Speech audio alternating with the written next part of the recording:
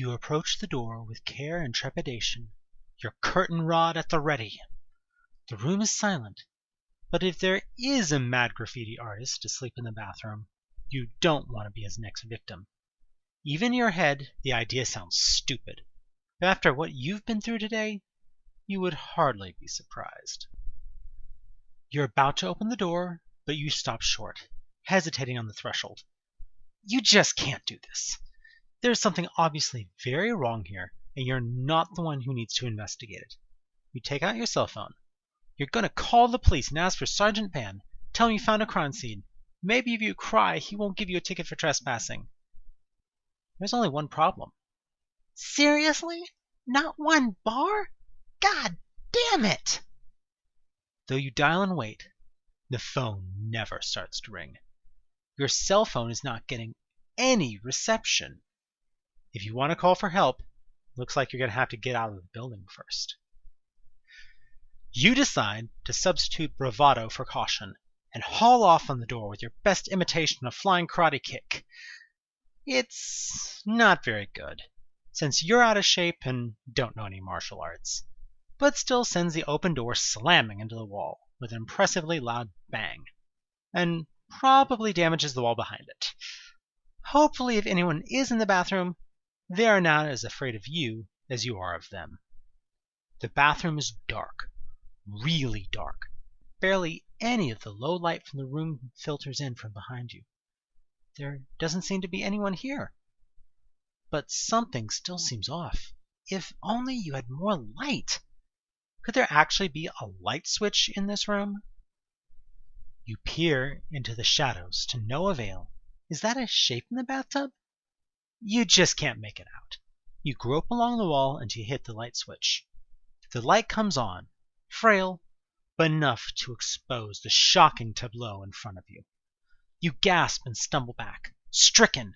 There's blood everywhere. You thought the smell was just coming from the other room? You stare in nauseated and terrified silence, hardly willing to believe the evidence of your eyes. Who would... You feel the overwhelming urge to poke the thing with a stick. If it wasn't so horrible, it would almost be funny. You let out a short, somewhat hysterical titter. You reach out your curtain rod, ready to poke it, when you have another awful thought. What if this wrecked meat puppet was James? You shudder. It can't possibly be. You have to believe it isn't. The hair is not quite right. As you examine the twisted shape more closely, you see that it has something in its hand. A key? There is no way you are touching that thing with your hand. You try not to even imagine what it would be like. You start to heave just to think about it. Luckily, you come up with a more sanitary way of getting at the key. Delicately, you reach out with your curtain rod and knock the key to the floor. You bend down onto the floor, trying your best to shut out the nasty sight beside you, and pick up the key. It's small, a kind of golden bronze in color, and has nothing written on it. You put the corpse's key into your inventory. You don't want to spend a minute more in this place than you absolutely have to. But still, what if there's something useful in here? You do a quick check around the bathroom, but there's nothing much in sight. You open up the mirrored medicine cabinet, ignoring the scene that it reflects. Inside, you see an old prescription medicine bottle. Something is inside it. You consider opening the bottle right then, but you decide you'd rather do that somewhere a little more corpse-free. You shove the bottle into your jacket pocket and head quickly back the way you came. A quick second glance in the bedroom area reveals nothing more of note, and you head into the hallway. You leave the door ajar to let some of the flimsy light out, so you don't have to use your lighter. The first thing you notice in the frail, but better than nothing, light is that the door to room 314, which you had left alone due to the weird noise coming from it, it's not closed anymore. In fact, it's opened. You are deeply troubled by this. You creep towards the open door. Maybe it came open by itself? After all, you never touched it. For all you know, it might not have been latched. A window might be open so that a breeze blew it open. You put your hand softly on the door to stop the trembling and peer in. It's dark, really dark. You can barely make out anything in the room. You think there might be a mirror there, though, given the light that seems to be reflecting. As you consider this, you are startled by a sudden noise in the hallway, a kind of grating smack noise. Did something fall? Was it a cough? You whirl around the moment you hear the noise, ready to unleash a can of fierce whoop-ass on whoever startled you like that. Unfortunately, the moment you see the obscene thing shuffling up behind you, all of your bravado falls to shock and revulsion. Whatever it is only has enough in common with a human to invoke disgust. Yes, it shuffles forward on 2 legs, but it's armless, and what could generously be called a head is some waggling tube of flesh that whips and flaps like a disgusting flipper. Its trunk is covered by, not exactly tentacles, more like elongated pustules, twitching and probing the air. It seems to be covered in blood. You swallow the bile down in your throat and steel your resolve. The very sight of the thing before you is an affront to everything you know, and that pisses you off. Your grip tightens on the curtain rod, and you bring it crashing down on the thing. The curtain rod thwacks uselessly off its flesh. The thing doesn't seem to notice your attack. The curtain rod is bent too. Shit. You're really more shocked that you actually tried to hit the thing than the fact that it failed. After all, a whack with a curtain rod would hardly faze you. However, you're riding high on fear-based adrenaline, and you wrench the bent end of the rod off, exposing a wickedly sharp serrated edge. You've personally cut yourself on a busted rod before, so you know they can sting like a bitch. You haul back and stab the thing with what you think is the chest, putting both arms behind the blow. The thing wails a horrific, off-key whine. You definitely got its attention now. Its lashing tongue scores you painfully across the neck like a bladed whip. You reel back as it staggers forward. Panic now floods your system along with the adrenaline. As the creature advances, you think desperately of something to do. Some way to get it to leave you alone.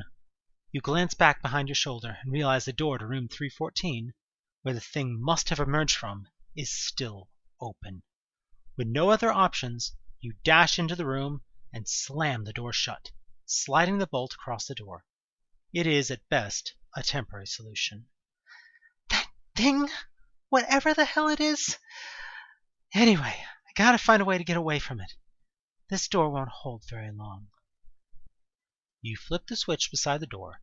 Thank God it still works. The overhead lamp illuminates yet another hotel room, in perfect condition despite the supposed fire. You can't quite trust anything to be what it appears. You hastily look around the room for a way out, or for something to defend yourself with. It's barren. There's no fire escape, and you don't immediately see a weapon any sturdier than your curtain rod. The only thing of note seems to be the cuff marks on the carpet near the dresser. You decide to search through the dresser. Maybe the original owner was paranoid and owned a gun or a knife or something? One would have to be pretty paranoid to leave a knife or a gun in a hotel dresser. But stranger things have happened. At least today they have. You rifle frantically through the drawers. But sadly, besides the lingering smell of mothballs, all you find is a spool of red thread.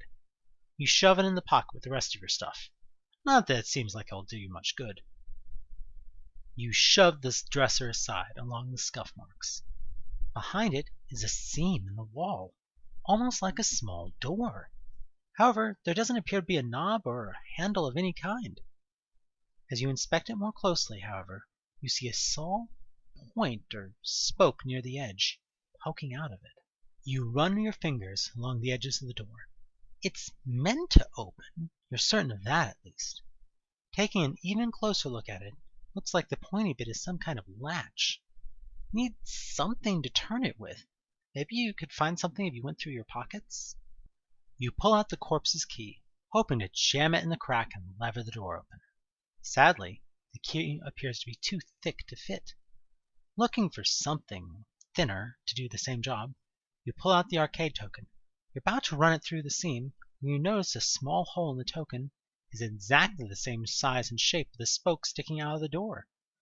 In the spirit of experimentation, you try connecting the one to the other, and behold, it works! The token attaches securely, much like a small handle. You press your fingers to it and turn it gently. The door opens just a crack. Why did that work? Who makes an arcade token into a key? Why is there a hidden door in a hotel anyway? What is going on here?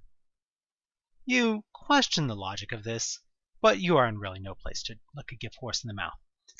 Given that there is some misshapen monstrosity after you, you can see that the little doors on the spring hinges will likely shut behind you. On one hand, this will mean that that thing won't be able to come after you. On the other hand, though the door likely only leads to the next hotel room, means you might possibly have no way of getting out. You do a quick search of the room for a flashlight or a glow bracelet or anything to illuminate the passage. Sadly, nothing presents itself. Other than the little door, the room is almost totally without interest. On the subject of doors, you think you can hear that creature scratching against the entrance. It's time to hurry up. Luckily, you still have your lighter, though all that will get way too hot to hold if you have to use it for too long. You get down on your hands and knees and start to crawl into the passage. Even with your Zippo lit, you can't see much, but you can tell one thing.